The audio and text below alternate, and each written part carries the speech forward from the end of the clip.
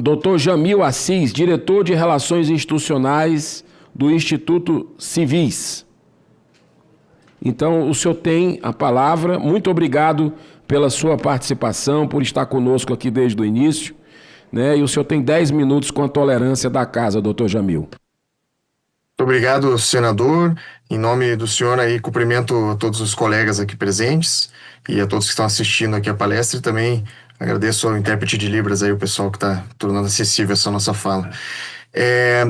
Eu agradeço a oportunidade aqui de falar em nome do Instituto Civis, que é uma organização apartidária dedicada ao fortalecimento de valores democráticos, da cultura cívica e da liberdade de expressão em prol de uma sociedade próspera e virtuosa. A discussão de hoje, a princípio, não deve ser reduzida, como já foi bem dito aqui, entre a escolha de ser contra ou a favor de certa vacina ou de outra, né? Essa não é realmente a questão da proposta da lei. As vacinas são parte essencial de uma discussão de saúde pública e a circulação de informações falsas, independente do assunto, e inclusive sobre o tema de vacinação, pode sim produzir efeitos relevantes. A pergunta real aqui é outra, que é qual a resposta legítima, eficaz e tolerável, digamos, dentro de uma democracia diante desse problema. O Instituto Civis defende que a criminalização ampla de conduta de divulgar ou propalar informações falsas sobre vacinas é uma resposta inadequada e perigosa. O primeiro motivo é que o projeto trata de forma homogênea fenômenos que são muito diferentes. Há, de um lado, aquela informação incorreta que é compartilhada sem intenção de enganar, que foi dito aqui pelo Dr. Marcília, é a tal da misinformation. Há, de outro lado, a desinformação propriamente dita, que é a informação falsa divulgada deliberadamente para causar dano ou manipular. E há, por fim, a informação verdadeira, mas que é escolhida, usada de modo seletivo de fora de contexto ou com intenção maliciosa, né, a mal-information. Tudo isso são fenômenos diferentes que causam efeitos negativos no debate público, mas do ponto de vista moral, jurídico e institucional tem que ser tratado como fenômenos diferentes. O direito penal precisa distinguir o erro honesto da mentira deliberada. A dúvida legítima é diferente da fraude. A crítica científica é diferente de uma campanha coordenada de manipulação. Distinguir esses conceitos é importante e esse projeto acho que falha nesse quesito. O segundo motivo é que estamos tratando de um campo que permanentemente evolui, que é a discussão científica. Em temas de saúde pública, inclusive a vacinação, as evidências são sempre revisadas, hipóteses são testadas, recomendações mudam, riscos raros são monitorados e consensos vão se aperfeiçoando. A ciência ela não é um conjunto fechado de verdades administradas pelo Estado. Ela depende de crítica, revisão por pares, debate público, contestação e falseamento.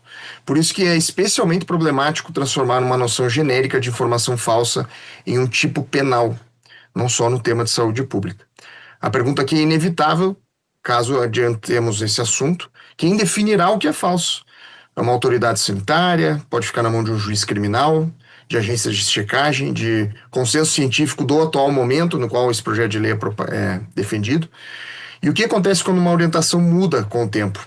Né? Quem questionou antes se torna criminoso ou simplesmente era uma dúvida, uma revisão legítima do debate? E esse risco ele não é abstrato. As leis penais vagas sobre discurso geram autocensura, o medo de se defender posições no debate público.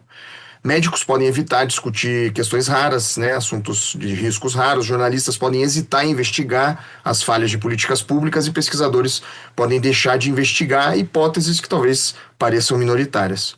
E o pior de tudo, cidadãos podem ter medo de expressar dúvidas sinceras. O resultado é um debate público mais pobre e uma confiança social muito menor. Como foi dito aqui anteriormente, e esse é o nosso terceiro ponto, a criminalização vai ser, e pode ser, contraproducente. Em saúde pública, o que importa e essencial é a confiança.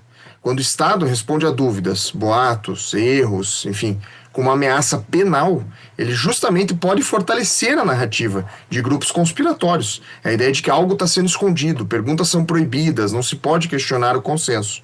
A própria OMS, na época da pandemia de Covid, tratou da tal da infodemia e recomendou que disseminar informações confiáveis, baseadas em ciência, comunicação rápida e acessível, escutando comunidades e respeitando a liberdade de expressão, é a saída.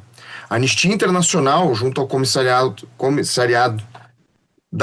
Nações Unidas para Direitos Humanos afirma que proibições amplas, baseadas em conceitos vagos como false news, ou informações falsas, ou spreading misinformation, espalhando misinformação ou desinformação, são incompatíveis com padrões internacionais de direitos humanos. A OMS também afirma que a hesitação vacinal é um fenômeno complexo.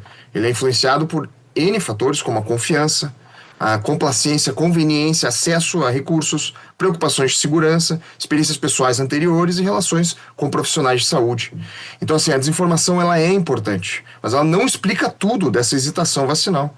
Criminalizar discurso pode atingir o sintoma talvez mais visível e ignorar causas mais profundas, como essa falta de confiança nas instituições, uma comunicação pública ruim, a falta de transparência ou a dificuldade de acesso, às vezes, a recursos.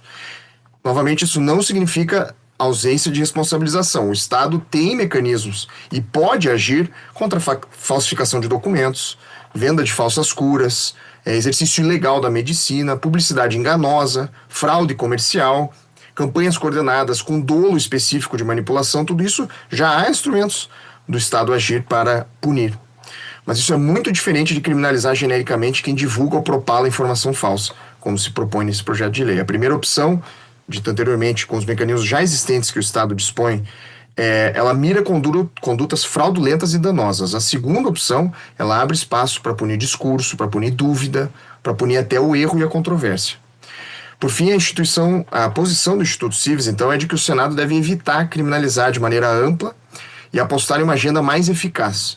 A transparência ativa sobre vacinas, a comunicação pública mais clara, resposta mais rápida a boatos, educação sobre o processo científico, educação midiática, cooperação com plataformas para se encontrar campanhas coordenadas e dolosas, né, que buscam a manipulação e oferecem risco concreto, enfim.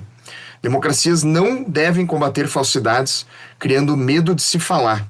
Elas devem combater falsidades criando melhores condições para que a verdade apareça, seja testada, defendida, debatida e compreendida. Muito obrigado novamente aí pelo espaço. Cumprimento aos colegas e permanecemos à disposição.